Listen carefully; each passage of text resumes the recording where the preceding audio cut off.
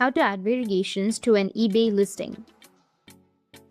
So if you want to add variations to an eBay listing, then first you need to just open up your eBay, go with www.ebay.com and make sure that you're logged into your account.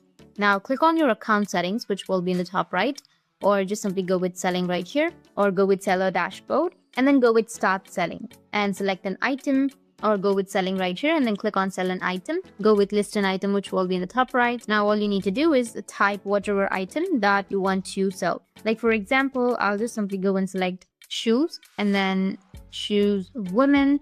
You need to be more specific. Once done, you need to go with search, which will be on the right side. You can continue without match if you don't find it.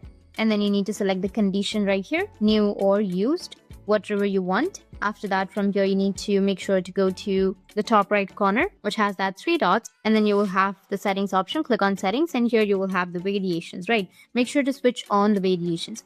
After that, you need to go back and then scroll down and make sure to fill all of these information. After that, you can see the variations options on the bottom, which is right here. To enable it, you need to just simply scroll down, and under pricing, you can switch from auction to buy it now. After that, you can go back to variations, and now you'll be able to edit that. You can go with edit, which will be on the right side, and you'll be able to select add, which is right here, and then you'll be able to add any variation that you are comfortable with. That's how you can add variations to an eBay listing.